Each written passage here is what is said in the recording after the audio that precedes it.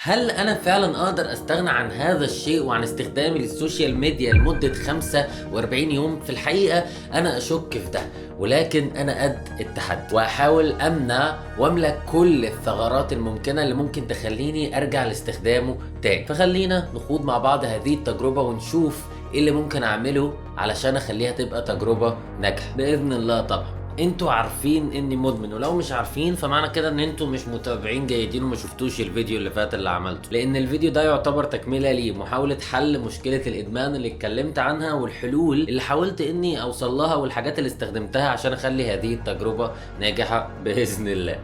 بص في اسئله لازم كل واحد يحب يشارك في التجربه دي يسالها لنفسه، وهي سؤال رقم 1: ايه الهدف من انك تبطل تستخدم الموبايل لفتره معينه وبعدين ترجع له تاني؟ سؤال رقم 2: ازاي اصلا هتمنعه وتعوض الحاجات اللي بتحتاجه فيها؟ سؤال رقم 3: ازاي هتملى الفراغ الكبير اللي عدم استخدامك للموبايل هيسببه؟ واخيرا ايه السيناريوهات اللي هتستخدمه فيها وايه القواعد بتاعه الموضوع؟ بالنسبه للسؤال الاولاني، بالنسبه لي الهدف هو اني لما ارجع استخدمه بعد كده استخدمه بشكل واعي، مش يتم اجباري على استخدامه غصب عني، واللي هو ده اللي بيحصل دلوقتي. وعشان اوصل للي انا عايزه فلازم اتعود ان طبيعي جدا ان اعيش يومه وحياتي من غيره، سواء إن كان هو او من غير السوشيال ميديا. قد يبان الموضوع لشخص كبير انه بسيط عادي، يعني حد عايش من غير موبايل، ولكن انتوا مش متخيلين الموضوع ده بالنسبه لجيلنا عامل ازاي. احنا حرفيا الموبايل بنعتبره جزء من جسمنا، هو امتداد لايدينا. وعلى فكره كتير من الاشخاص اللي في الثلاثينات والاربعينات هم فعلا مدمنين، ولكنهم ما بيحبوش يعترفوا بده، ظنا منهم ان الموضوع بسيط، في حد يدمن موبايل يعني، ولكن في الحقيقه فعلا هو ادمان. هم مدمنين ولكنهم ما بيحبوش يعترفوا بده، بس انا وانت عارفين اللي فيها، او انا وحضرتك عارفين اللي فيها. انا اسف، وانا مقتنع فعلا ان في ناس عندهم 40 سنه بيتفرجوا عليا. يعني انت دلوقتي عامل فيديو كامل وعامل كل الموضوع ده وكل الهم ده علشان تعرف تسيب يا الموبايل استاذ كام كامل يوم؟ افهمني بس يا اخي ده انتوا جيل متدلع. انا ايامي ما كانش فيه حاجة اسمها العصر موبايل بتاعنا اصلا. مختلف. الموبايل ده كان من غير كاميرا، واللي بيجيبه ده كان بيبقى غني. اما ما ده انتوا طبيعي جيل يا ما استاذ يعلم كامل، بيه الا كل جيل ربنا بيبقى فعلا. عنده تحديات. حتى ما علمكش يا الادب رب. بتقاطعني وانا بتكلم. انا اكبر منك، المفروض تحترمني. خليك في الهبل اللي بتعمله ده. جيل متخلف. طيب نرجع لموضوعنا. حاجة تانية برضو عايز اعملها، وهي اني اجرب فعلا الحياة من غيره، واشوف هل التوقعات اللي انا حاططها لحياتي لما بطل استخدم الموبايل دي تبقى فعلا موجودة ولا لا. لاني الفترة اللي فاتت اتفرجت على ناس كتير جدا عملت فيديو عن انهم سابوا الموبايل فترة وما استخدموش السوشيال ميديا، وكل اللي اتفرجت عليهم اجمعوا على نتيجة عاملة ازاي: صفاء ذهن، وقت اكتر للحاجات اللي نفسك تعملها ومش لاقي لها وقت، تركيز اكتر وتقدير حقيقي للحظات الحقيقية البعيدة عن ستوريز انستجرام. فدي اهدافي، ولو بتفكر تخوض التحدي ده فضروري جدا يكون عندك هدف، لان لو ما عندكش سبب واضح تخوض التحدي ده علشانه ففي الاغلب مش هتنجح. لو محتاج سبب ففي مليون سبب. ممكن تاخد الاسباب دي منين؟ ممكن تروح تتفرج على حاجه زي سوشيال ديلاما، تشوف السوشيال ميديا بتعمل ايه في دماغك، والناس اللي عاملاها بتستغل فهمها لدماغك بطريقه عامله ازاي، وبتخلي الموضوع في منتهى الادمان. غذي دماغك بالفكره على قد ما تقدر، مش بس تروح كده تخوض التجربه متوقع انك هتكمل. بالنسبه بقى لتاني سؤال: ازاي هقدر اعمل ده؟ كلمة السر بالنسبة لي هتتمثل في حاجتين: الوعي والبيئة. أنا قعدت أيام بحاول أظبط البيئة بشكل يساعد على خوض التجربة، فخلوني أحكي لكم عن اللي عملته. طلعت كل اللي في دماغي واللي عايز أعمله في حياتي الفترة الجاية بشكل بسيط على السبورة، واللي بعد كده هيتاخد ويتفك، وقعدت أكتب كل أسباب الفشل في استمرار الجوانب اللي أنا عايزها تبقى موجودة، زي الجيم، الصحيان بدري، القراية، وهكذا، وحلول لأسباب فشل كل واحدة، ولستة بالحاجات اللي محتاجها عشان أنفذ الحلول دي. وبعدين جبت لوحة خشب قديمة كده كانت عندي، قعدت كتبت فيها بشكل مرتب الجوانب الأساسية ليه عايز أحافظ على الجوانب دي، وقاعدة واحدة ألتزم بيها اتجاهها. وبرضو كتبت العادات اللي أنا عايز ألتزم بيها كل يوم، وسبت لها مكان فاضي أقدر إن أنا أعلم فيه، حاجات زي الصلاة في ميعادها، القراية، الصحيان بدري، الجورنالينج وغيره. وخصصت مكان كتبت فيه الحاجات اللي ممكن أعملها بعيد عن الموبايل لما أخلص اللي ورايا، منها حاجات بتتعمل لمرة واحدة زي إن أتعلم حل مكعب روبيك، وفي حاجات ممكن تتعمل بشكل مستمر زي ان انزل اتمشى. ويا ترى ايه اكتر مكان بزوره في اليوم مناسب عشان اللوحة دي تتحط فيه وتبقى دايما قدامي؟ بالظبط في الحمام. وايه ده تاني اللي انت بتحطه ده كمان؟ ما تقلقوش هنرجع له كمان شويه. قسمت يومي المراحل، رتبت جدول شغلي الاسبوعين الجايين، ودلوقتي بعد ما عرفت ايه اللي المفروض يتعمل الفتره الجايه ابتديت افكر ازاي اخليه سهل انه يتعمل. وكل التريكات اللي هقولها دلوقتي تقريبا فانا متعلمها من كتاب اتوميك هابت. ممكن اوضح لكم الفكره بمثال بسيط. لما حضرتك بتيجي البيت كده ومره من المرات كنت جايب فاكهه معاك وبتيجي تحطها في الثلاجه، ممكن تحطها في الرف اللي تحت، ممكن تحطها قدامك على طول في الرف اللي فوق. في الاغلب لو كنت حطيتها في درج الثلاجه او في الرف اللي تحت، تاني مره لما بتيجي تفتح الثلاجه بتنسى ان كان في فاكهه اصلا، وبيقتضي بيها الامر ان بيعدي عليها وقت كبير قوي انت ناسي انها موجوده. بينما لو جبت نفس الفاكهه دي وحطيتها في الرف الفوقاني، اول ما تفتح الثلاجه هتلاقيها قدامك، هتمد تاخد لك واحده تغسلها وتاكلها حتى لو مش ده اللي انت فاتح الثلاجه علشانه اساسا. اشاره، رغبه، استجابه بشكل لا واعي. نطبق ازاي ده بقى على تجربتنا؟ ببساطه، بكل بساطه خلي اشارات الحاجات اللي عايز تعملها واضحه، زي اني حطيت اللوحه دي في الحمام، وخلي تنفيذ الحاجات اللي مكتوبه عليها سهله، وخلي برضو تنفيذ الحاجات اللي انت مش عايز تعملها صعب. واللي هوريكم دلوقتي انا هخلي موضوع ان امسك الموبايل ده صعب قد ايه، وهخلي العادات التانية دي سهله ازاي. قول لي كده انت عايز تعمل ايه؟ عايز تقرا صفحتين قرآن الصبح؟ بسيطة، حط المصحف على الترابيزة اللي بتشرب عليها قهوتك، وبالتالي لما تيجي تشرب الصبح القهوة هتشوفه وتفتكر. يا أستاذ كامل، هو أنت عندك أكاونت على انستجرام ليه؟ على الريق كده. مدمن. عايز تشرب مية كفاية؟ املأ ازازتك من بالليل وحطها على مكتبك، فلما تصحى وتيجي تشتغل هتبقى جاهزة. انا مبلتش بنطلوني خالص وانا بعمل الحركة دي من شوية. عايز تروح الجيم؟ شوف لك حد يروح معاك، وده ما لقيتوش بصراحة، انا لسه وحيد. ما علينا. ده بالنسبة مثلا للحاجات اللي عايز اعملها. طب الفراغ اللي الموبايل هيسببه هنملاه ازاي؟ انت بتستخدم الموبايل امتى؟ لما جيت اجاوب على السؤال ده بصراحة لقيتني بستخدمه في اي وقت وانا بعمل اي حاجة تقريبا، فما كانش ينفع ان هو يتسحب مرة واحدة كده، وكان لازم ابدل كل سيناريو بستعمله فيه بحاجة تانية. طب ازاي؟ بيصحيك من النوم. اوكي، هنجيب منبه. نزلت عشان اجيب منبه، ما لقيتش منبه اللي انا عايزه، لقيت حاجات كلها فيها اشكال ومش عارف مين. مش عايز حاجه، كان عايز حاجه بسيطه اللي هو ابسط منبه ممكن في الوجود، فدلوقتي طلبته من امازون. بس تردد الصوت 7000 هرتز.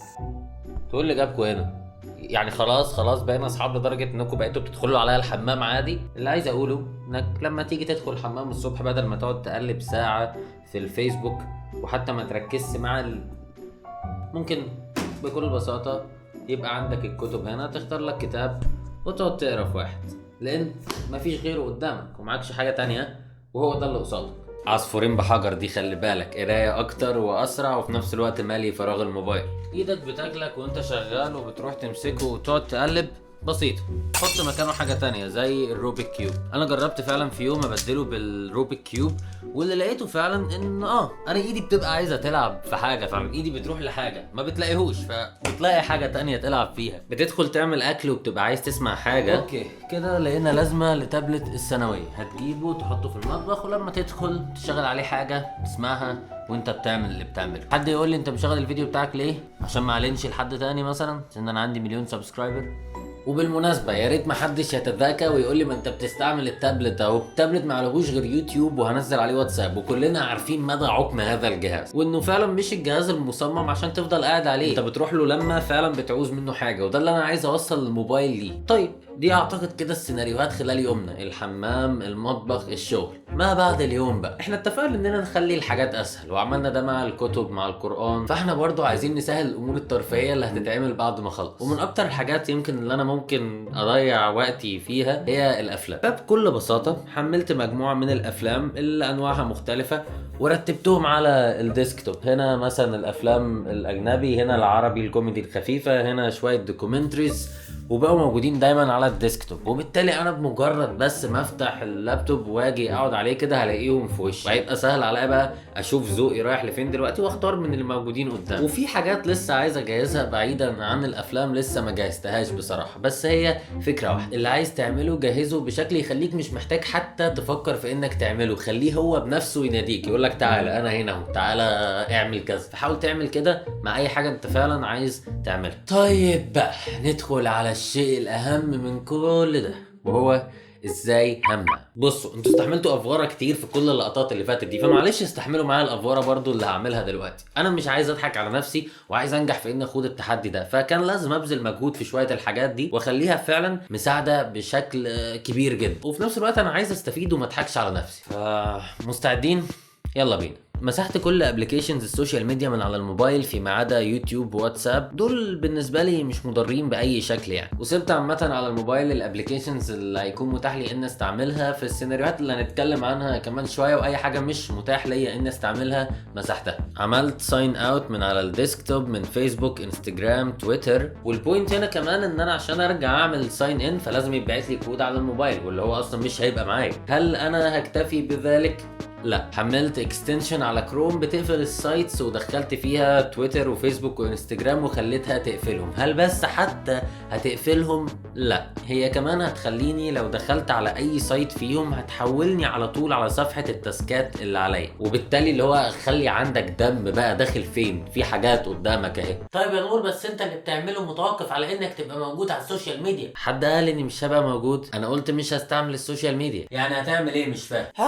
بص يا سيدي، هي الفكره كلها ان انا ما اتعرضش لاي تايم لاين، ما اشوفش اي ترند طالع، ما اشوفش اي كلام ناس، مش عايز وجع دماغ. ولكن للاسف بمجرد اني فتحت اي ابلكيشن كل ده هيتحط قدامي من غير حتى مطلوب. فايه الحل؟ ثيرد بارتي ابلكيشن، سايت هدخل عليه الاكونتات بتاعتي، هقول له يا معلم خد البوست ده انا عايز احطه على فيسبوك، هو هياخد الكلام اللي انا كاتبه وهيحطه هو على فيسبوك على البروفايل بتاعي. عايز احط ستوري، ارفع ريل، اي حاجه على نفس السايت ده، هقول له يا معلم خده لاي موقع من المواقع السوشيال ميديا حطه لي هناك. هو في شويه عيوب في الموضوع، زي اني مش عارف استخدم البروفايل الشخصي بتاعي على فيسبوك، ابقى بستخدم بس البيج، مش عارف احط في ستوري انستجرام لينك مثلا لفيديو او لينك لحاجه، بنزل ستوري بس زي ما هي، وحاجات يعني بالشكل ده. ولكن مش مشكله بقى في سبيل هذا التحدي، هو بس هينشر حاجات، مش عارف اشوف بوستات، مش عارف اعمل لايكس، مش عارف اعمل شيرز، مش عارف اعمل كومنت، مش عارف اعمل اي حاجه غير اني بس احط اللي انا عايز احطه، وكمان بشكل معين. طيب يا نور واحنا ايش عرفنا؟ ما انت ممكن تستعمل الموبايل واحنا برضو مش هنعرف. يا عمي وهل دي تفوتني؟ يعني انا عملت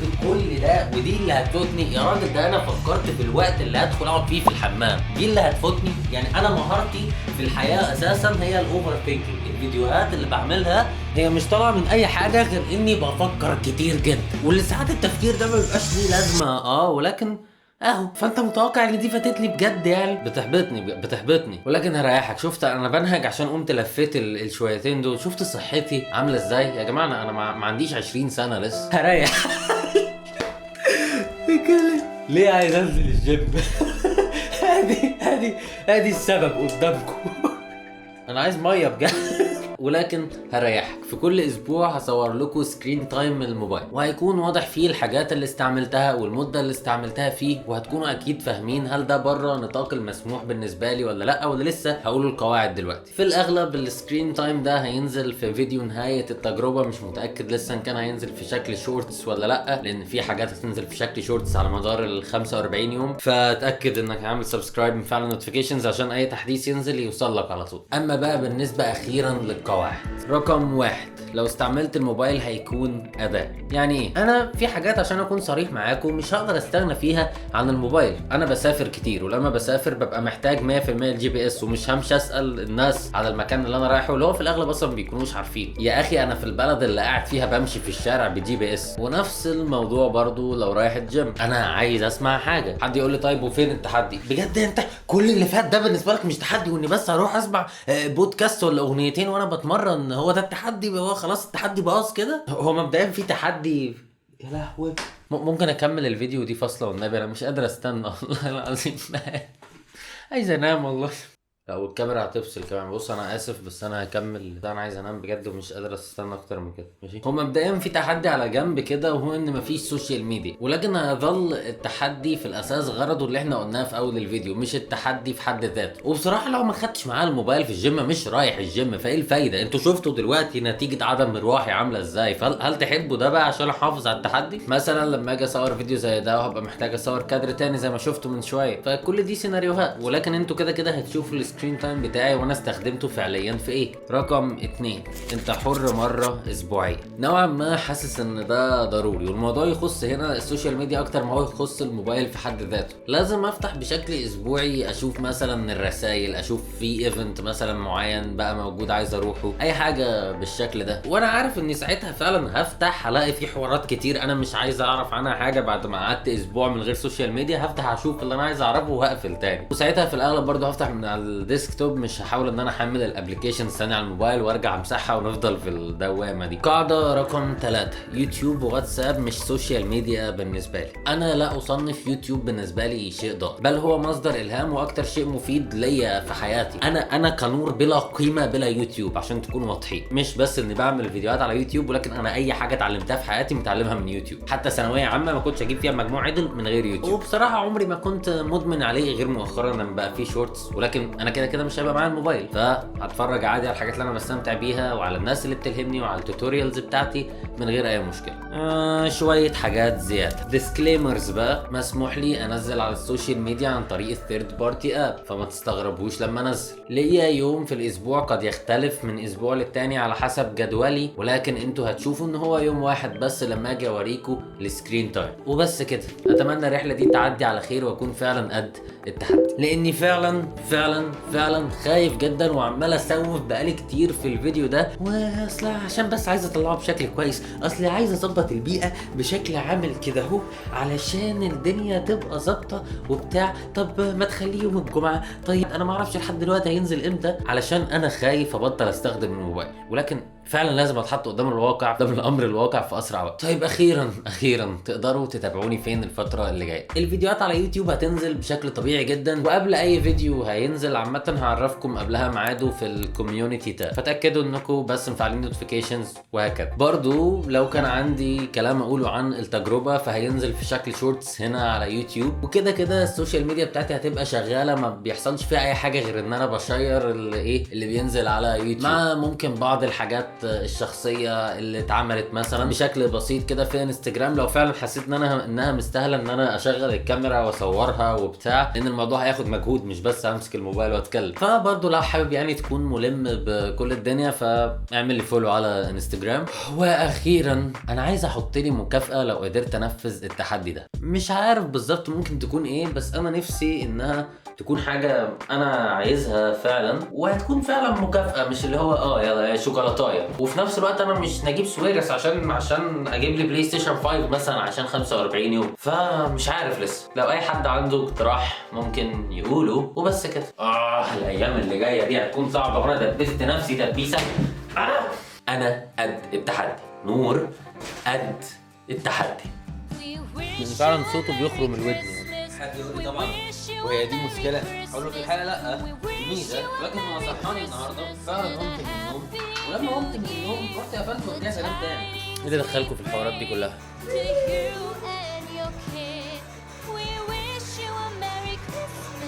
Oh.